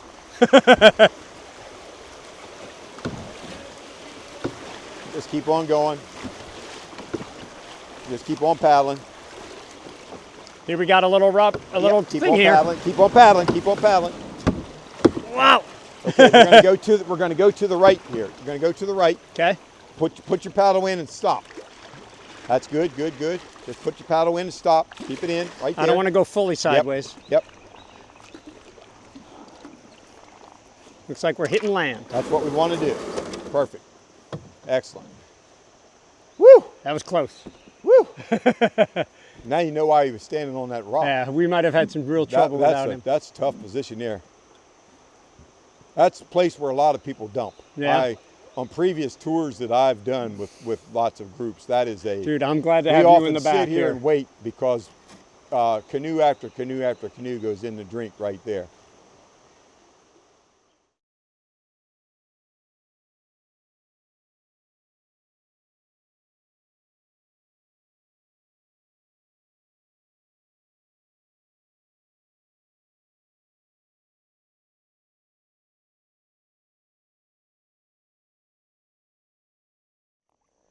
So one of the big questions that people often ask is, well, why didn't they just walk across the creek? What was the fixation on the bridge? What was the necessity of the bridge?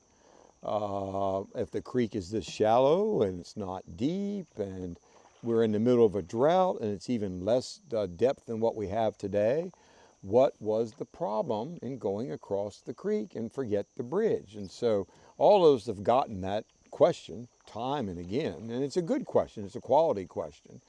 And so I'll turn it over to Kris and Garry. What are your thoughts on that, fellas? Why do we have to worry about a bridge?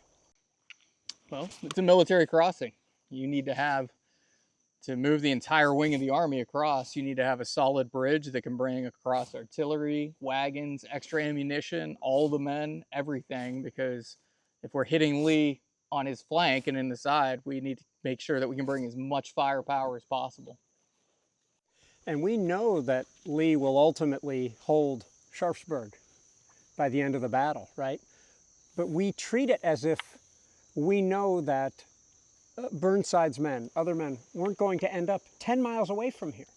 So we sort of think, well, oh, he could have just brought his infantry over and then gotten the artillery the next day or whenever, not knowing where the battle might even lead. They could have been fighting, you know, at Shepherdstown, you know, the same day or the next day after this battle. So to reinforce Kris's point, not only do you need a place where people who can't swim, as we've discussed, can safely cross, but to get everything else you need to fight a battle against a strong adversary, you eventually need a good road to get there, and you need good river crossings to really keep your army moving. And on top of it, you don't want to ford if you don't have to, because the brogans are one thing, the shoes they wore, but the wool absorbs everything from smells to water. Once you start getting your wool wet, it's going to shrink. It's going to make it heavy. And of course, as Dennis pointed out earlier, you also have to worry about your gunpowder in the days before brass, extensive use of brass cartridges. So there's a lot of different factors why a bridge would be more beneficial than coming across the creek. And lastly, we keep talking about what we're seeing here. Sure, it's not a citadel, but how are you going to get up there? Right. One of the biggest things about Burnside Bridge isn't getting across, it's what do you do once you are across? Yeah, I mean, if we get into the water and we're crossing and we're under fire, we're dodging bullets, we're getting wet, we're trying to keep our cartridges and our percussion caps dry, we're not able to fire back at the enemy while we're crossing, we are literally the proverbial sitting ducks. And then when we try to get out, we're soaked, and the bank is a muddy, slippery mess because people have preceded us going up that bank, dripping all their wet clothes and water on top of it. We're not getting out. We're stuck in it. We're going to be stuck in the moat.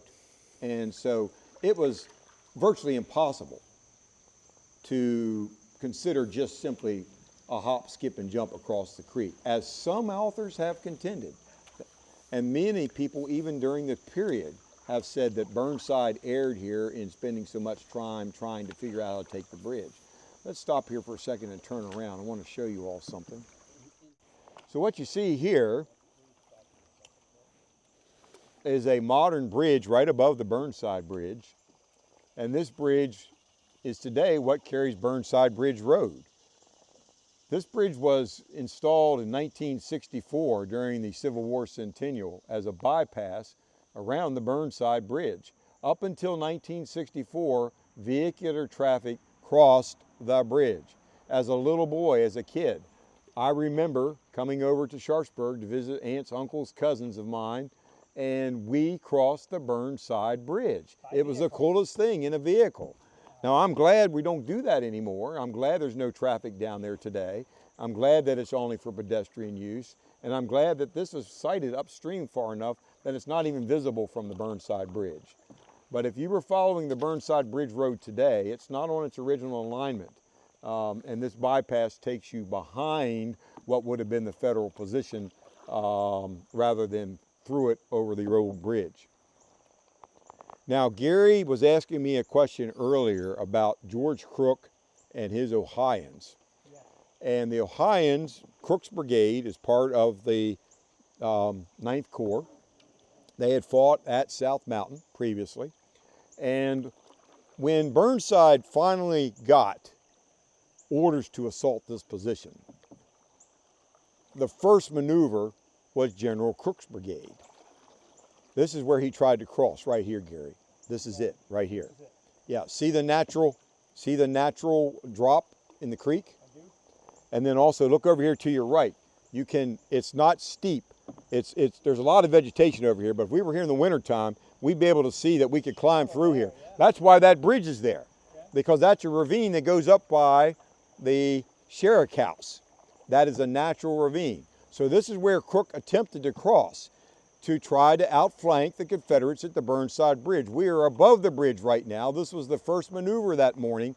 Once he made his attempt, Burnside did, to take the position. He was going to go around the bridge. He was going to do it through going upstream and crossing at this point. He doesn't succeed because the Confederates are defending this position. Crook cannot cross here. But this is the ford that Crook intended to use above the bridge. All right. Okay, paddle, paddle, paddle, paddle, paddle. Supposedly, some of the Ohio troops just walked keep across. Paddling. Oh, actually, stop. Let's stop. Let's turn her around.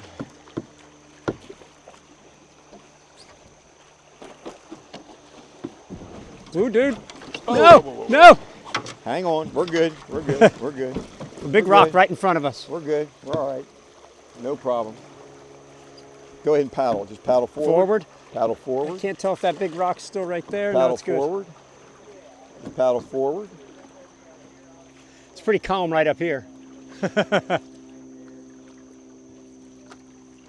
Didn't take long to get into that rapid, did it? No, it didn't.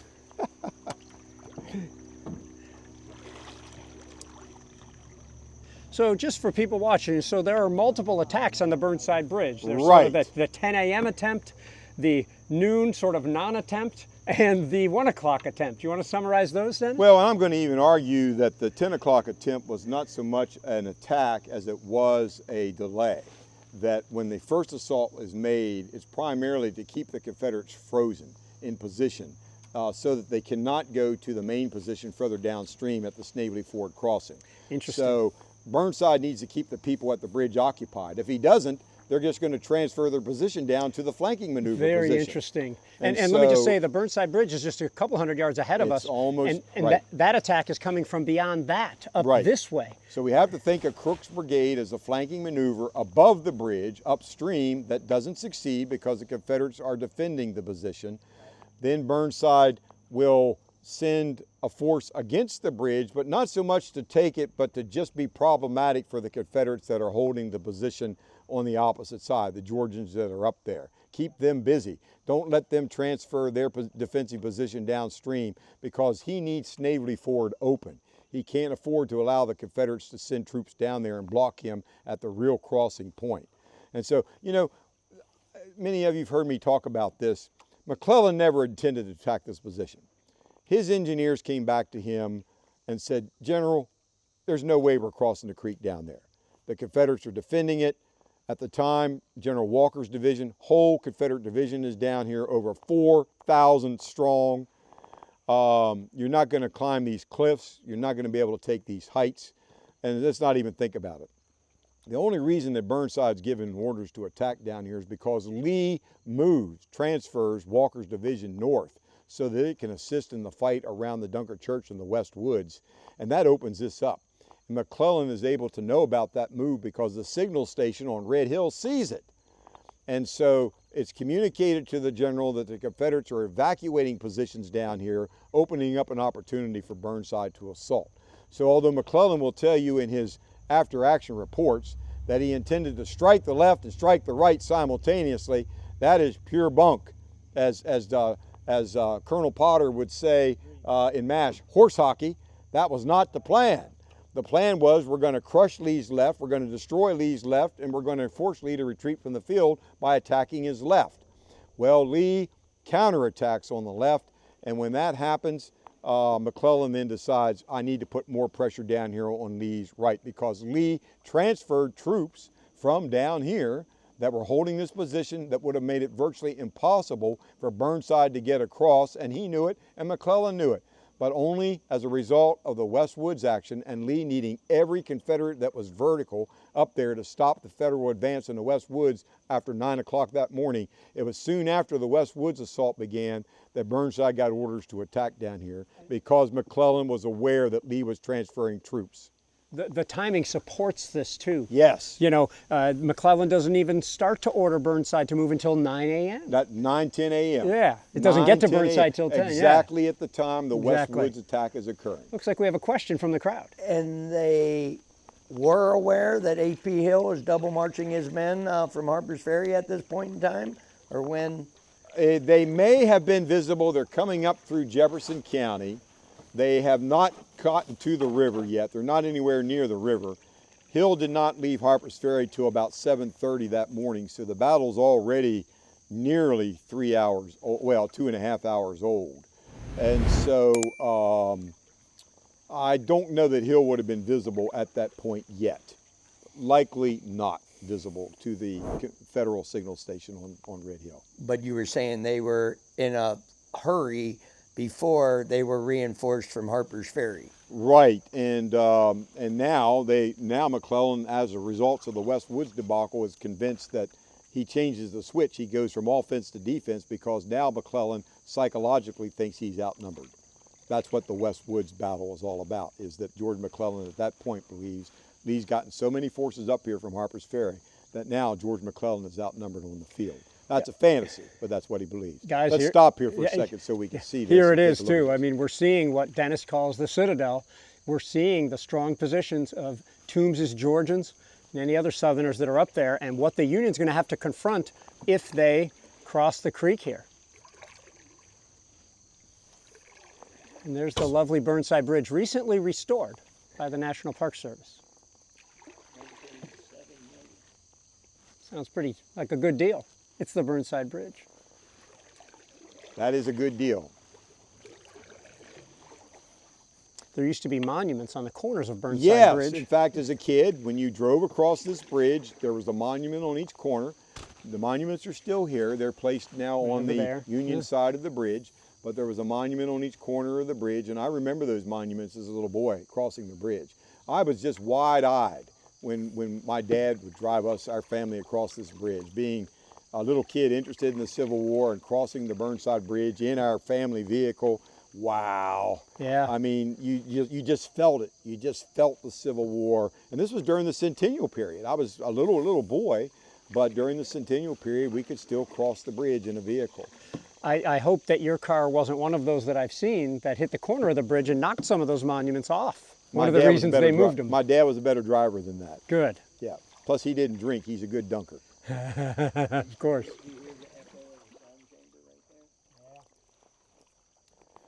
And so as we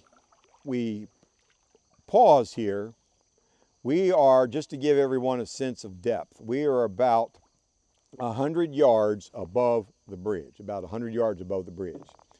We are in the middle of the Antietam Creek, equidistant from left bank to right bank. The Union Army under Burnside, 9th Corps, is to our left.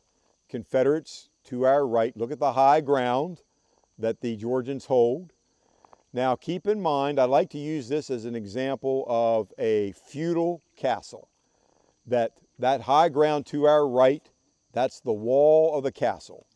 The Confederates at the top of the castle are in the turrets of the castle.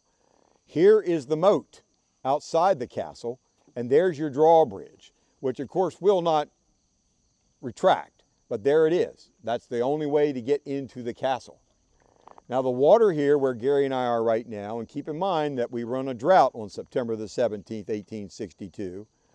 The water here, Garry, put your paddle in the water. Can everybody see that?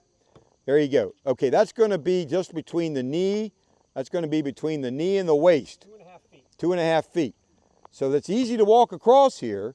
The depth of the water is not the problem. Look at the banks. The banks are the issue. As we have said over and again, you cannot get out of the creek.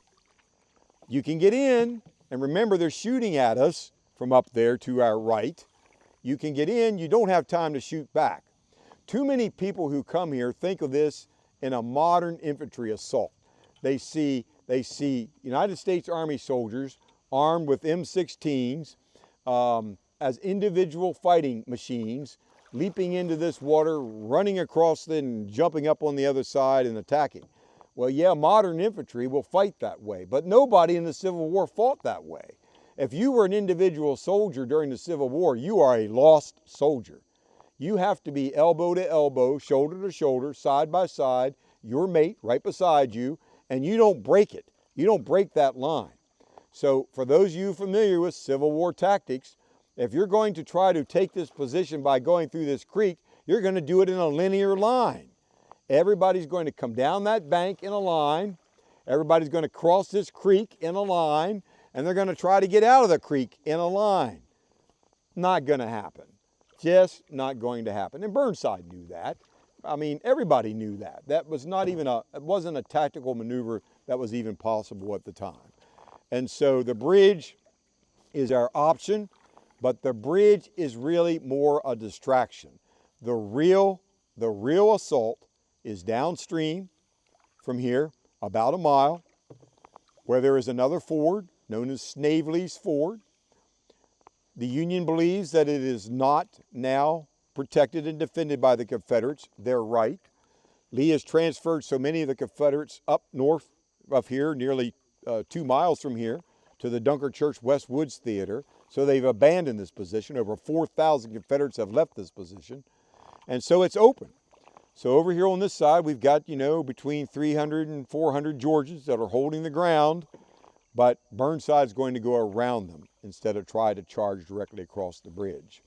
So this idea that there's repeated assault, attack after attack after attack on this bridge is false. It didn't happen. He went around them and forced them out of the position. There was only one real frontal assault against the bridge, and it worked. What was that one, Gary? The 51st. Yeah, the plural, 51st. 51st Pennsylvania, 51st New York, 1 o'clock in the afternoon. General Rodman's division has crossed at Snavely's Ford. They are reportedly now behind the Confederates, and once Burnside is convinced that the Confederates have Yankees in their rear, Rodman's division in their rear, only then does he give orders for the frontal assault. And that's when the 251st will make their charge. They're going to take the bridge in about 3 minutes. About 3 minutes. If you don't believe what Gary and I and Kris are saying about how Burnside approaches this position, go take a look at casualties. Casualties here compared to elsewhere on the field. There's no other place on the battlefield that would be harder to take than this position. There's no other place on the battlefield where the Union Army was ordered to attack a position like this. Nothing else looks like this. And yet, you would expect this to be the place with the highest casualties if indeed Burnside was making frontal assaults against this position. In fact, it's the point of lowest casualties. 850 or something like that. Even half that. Yeah, which is nothing to compared to 5,000 plus at Sunken Road and 8,000 plus and around the cornfield. 3,000 more after Burnside Bridge in the final attack. Yeah, he went around it. It was brilliant. It was a flanking maneuver. And yet, the bridge is sort of named after him notoriously. Yes, because poor Burnside was blamed for the fact that McClellan doesn't complete the victory here. General McClellan decides that since the Republicans at that time were trying to scapegoat him, because they all knew he was going to run for president in 1864. Everybody was aware of that. McClellan was the leading Democrat in the country. They all knew he would be the presidential candidate against Lincoln in 64. So they had to do everything they could to smear McClellan. Well, since he didn't destroy Lee here, since he didn't completely wipe out the Confederate Army here, George McClellan was castigated and blamed for not ending the war here because Lee got away. Well, McClellan couldn't take that. He had to find somebody else to blame it on, and that became Burnside. And McClellan actually had a whole campaign of his own to blame Burnside for the failure of the United States Army to completely destroy Lee here. Lee was going to get away anyway. They weren't able to destroy him. He was going to get away. Lee got away after Gettysburg, and poor George Meade took the brunt of that one. But yeah, this was an intentional effort by McClellan to blame Burnside for the failure to move fast enough, quickly enough to end Lee's tenure here at Sharpsburg. Well, so Dennis, you know, to me, I just can't believe how cool this is finally, at last, seeing it from this perspective. And I know we'll go under it shortly, but first, part of the reason I am semi-obsessed with Burnside Bridge is Alexander Gardner's photos from up there, one or two from this side, multiple shots from there, from up there, and you can line up individual stones on the bridge. That's the bridge. Even if it's been reconstructed, those are the stones that were there during the battle, and soon enough, we're going to finally float under it. And I would just use another R word. The bridge actually is the original bridge. It's never been reconstructed. It's been restored. And there is a difference. If the bridge had actually collapsed, it would need to be rebuilt, and that would be a reconstruction. But this is the bridge that they crossed. These are the arches that spanned this creek at that time. These are the piers and arches and stones that witnessed that battle in place.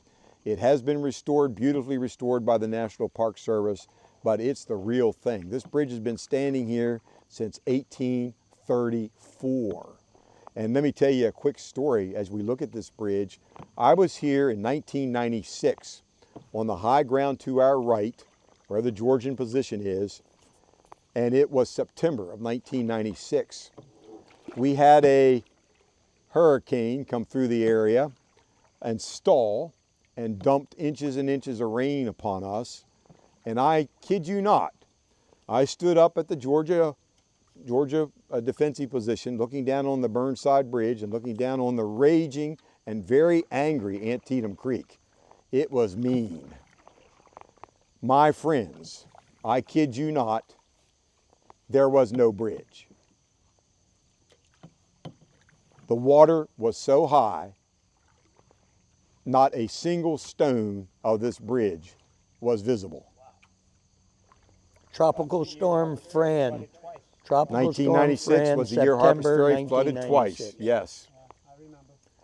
And it actually frightened me because I thought, it's gone. Finally, a storm took out the bridge. After all these years and all these floods, it no longer could withstand the Antietam Creek. I came back 2 days later. Here she is. The civil engineering here is marvelous, not only with regard to the arches, but look at those triangular piers. You know what, those buttresses. The purpose of those buttresses is to literally divert the water off the bridge. When the water hits those buttresses, it's deflected left and right, left and right, left and right.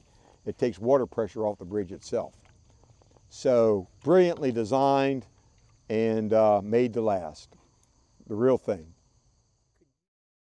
Every time I do this, I like to not say a word. I know that's going to be hard for all of us to do as historians and interpreters. Especially two of them. But I think we can exercise some self-discipline, and let's just experience the moment. Let's experience the sight, the sound of this moment, and let's ask those of us who are floating with us through the cameras to consider what this place means. What is the meaning of this place? Why are we here? Why is it worthy of preservation? What happens here that is really important? And why should we care? Why should we care at all? What does it mean? And I'd like for everybody to think about that, because we're going to do this in silence. And you can do your best thinking in silence.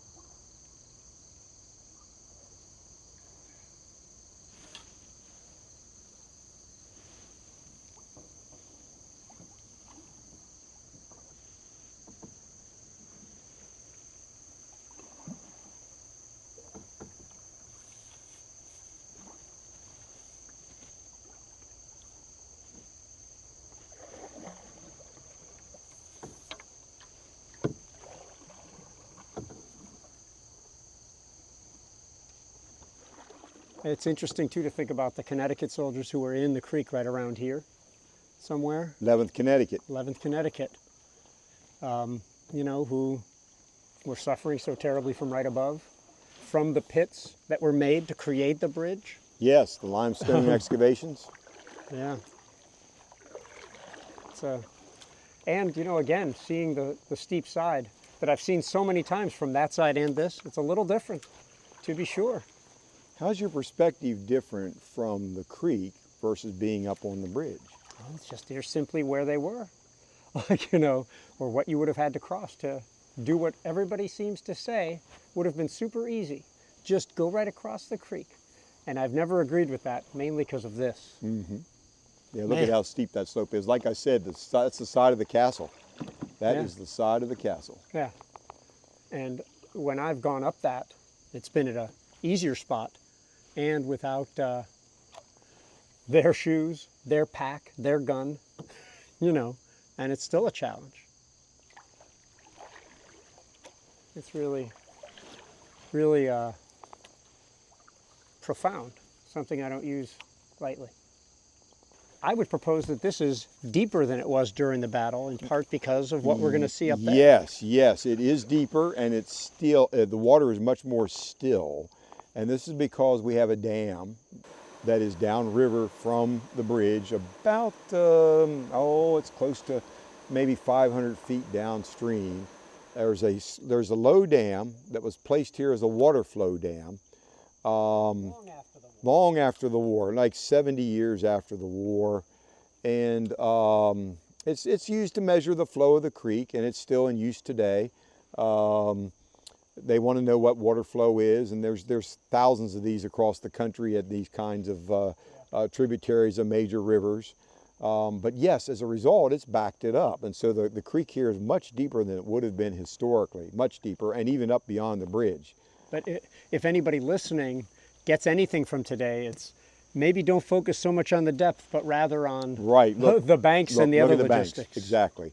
And of course, there was less vegetation on Battle Day, as Gardner photographs. We know there was much less vegetation, so the Confederates have a much better viewpoint. But it's interesting, Gary, and this is a little bit of downstream that we've gone, and we're now about maybe 300 feet downstream from the bridge. We're starting to run out of Confederates already. I mean, they just don't have enough. I mean, the Georgians up there, they just don't have enough. And this is a good angle of the bridge. Look at this. Yeah. Isn't that just glorious? It really is. And, you know, you can't usually see that from the bank, so. No. You know, one other thing, too, is that you said you used to drive across the bridge. Well, one of the several parking areas that used to be on this area, one was right there. Yes. Like right on this side of the bridge. And I'm certain that they revetted up the side of this bank, because in Gardner's photographs showing some of the sycamore trees, it's a very gentle incline into it. So the area around the bridge, the dam changed it. They've done dredging here. You've got the revetting going on. You've got the, you know, sort of improvement of the bridge itself. This is a question for you and Kris. In terms of icons, battlefield icons. Oh man. How would you rate the Burnside Bridge? Just give that a thought. Kris, that's a question for you also. In terms of battlefield icons, what kind of rating would you give the Burnside Bridge? I give it top 3 status. Of the whole Civil War. Of the whole Civil War. Well, here's how I'd look at it. Antietam might have more icons than any other place. Between the Dunker Church, the Sunken Road or Bloody Lane, and the Burnside Bridge, to say nothing of the Hagerstown Pike and the cornfield. Like, you might have more icons here than anywhere else. And I say this as a Gettysburg enthusiast. But the Burnside Bridge is ahead of the Dunker Church to me even. It's number 1 at Antietam, and that has to place it in the top 5. If not, like Kris said, the top 3. What's ahead of it? The Evergreen Gatehouse at, the stone at Gettysburg, the stone wall at the base of Marie's Heights at Fredericksburg. There's just not that many places. The Hornet's Nest at Shiloh. There's just not that many. There it is, well known as that exceedingly cool structure. Many we're happy people to be able to who bring came into Fredericksburg when I worked there called Burnside an idiot, and most of it tied back to the bridge before they even knew the story of Fredericksburg. Wow. And if I had a quarter for every time someone came in to say that to me, we would own more of the battlefield here. Yeah, Burnside's reputation is here, which is a bad reputation here. Again, McClellan intentionally does this to try to resurrect his own reputation. Blame it on Burnside, scapegoat Burnside. That way, McClellan says, I will not be the scapegoat, not my fault. And so when Burnside loses badly at Fredericksburg, and of course we do have the attack after attack after attack at Maurice Heights, simply because he was trying to conduct a flanking maneuver that he was waiting to succeed. The Burnside gets the bad reputation, of course, and McClellan continues to pile on. And so then it gets reflected, it gets pushed into this position, that he must have done the same thing in Antietam, that he must have done that exact same tactic of just bam, bam, bam, bam at Antietam that he did at Fredericksburg at Maurice Heights. Didn't happen. Precisely, because he's at Fredericksburg waiting for bridges to arrive because there's not a bridge. He's dealing with another body of water, and he's dealing with politics. And it's all the same things here, with the exception of there is an existing bridge. Everything else is still at play. We have a body of water. We have inter-war and inter-army politics playing. And it dooms him, because before this, everyone thinks of Burnside as an aggressive commander who fought well on the North Carolina coast. He fought at First Manassas. Good heavens, President Lincoln offered him command of the Army of the Potomac twice. Exactly. Twice. Yeah.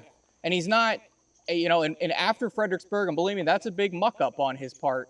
He manfully, unlike George McClellan, takes it on the chin. Even though he wants to go after Joe Hooker and others, he's going to take it on the chin and say, it was my fault. It was my plan, poorly executed.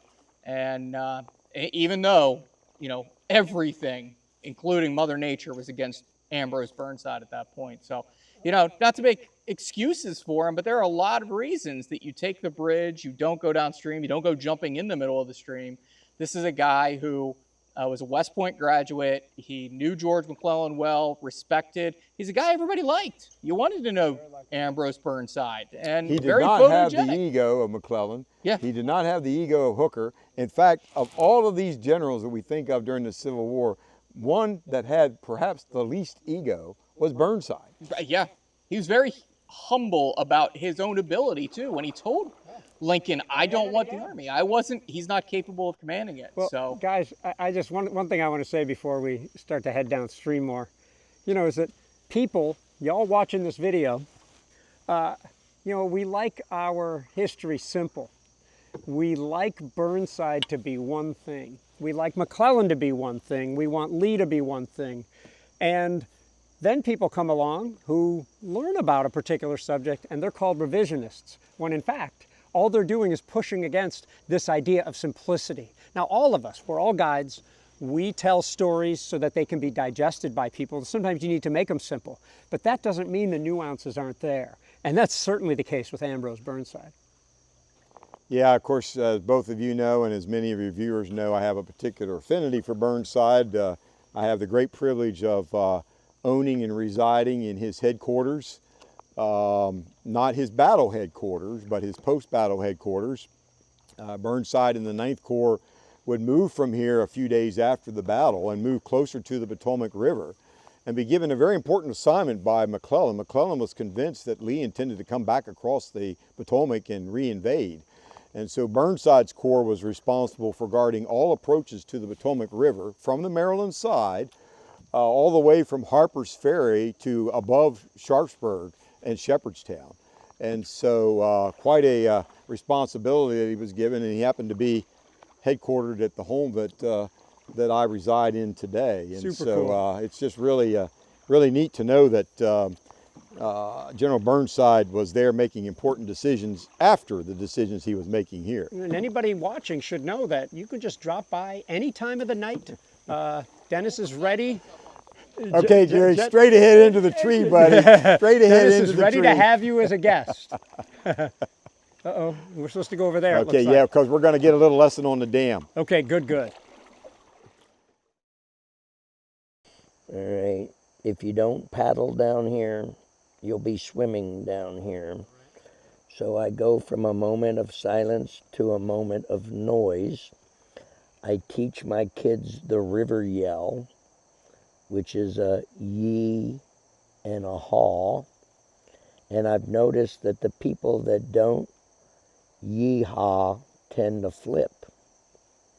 So you need a yee-haw attitude to get over this upright. You need a yee-haw attitude in life. And we're going to launch with a yee-haw attitude. All right? So paddle, enjoy, and and yeehaw. All right, and so we're going to go down and set safety. All right, so we'll be down there ready to pick up the pieces. The gauging station is right here on the left. I clean it off periodically, and I love looking at the gauge and matching the 2.4 I saw online this morning with where it's at. I could tell it's slightly dropping because of the water there. And now I'm gonna start getting my momentum together. I'm looking at the water below the horizon line. I'm getting my momentum. I'm aiming for that wave, and we're gonna glide right over. Yay! And then we're gonna set safety here. So I'm going to eddy up here. And then we're gonna get them coming over. It looks worse from shore.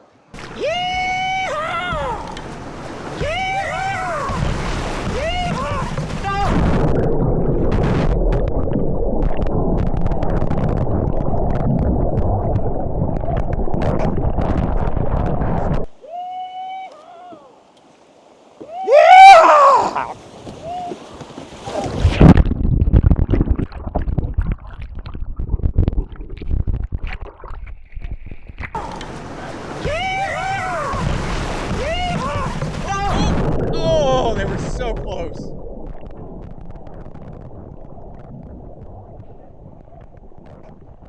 All right, so we're gonna grab his hat and that paddle. Okay.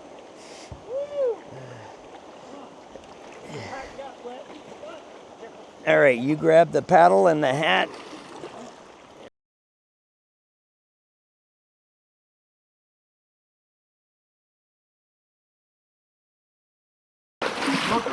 This second thing. Because it might be floating into these shallow areas and these rocks. So walk up We lost this one of the edge cameras. right here. No, Garry.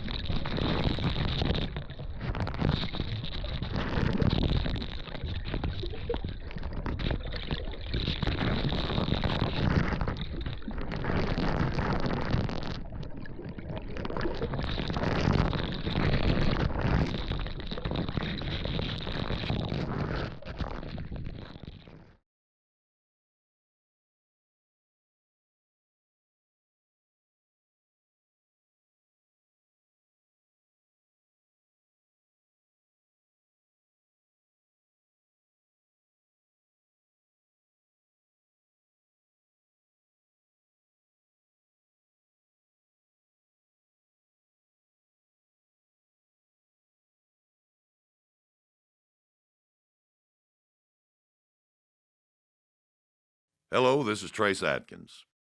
Get inspired at battlefields.org.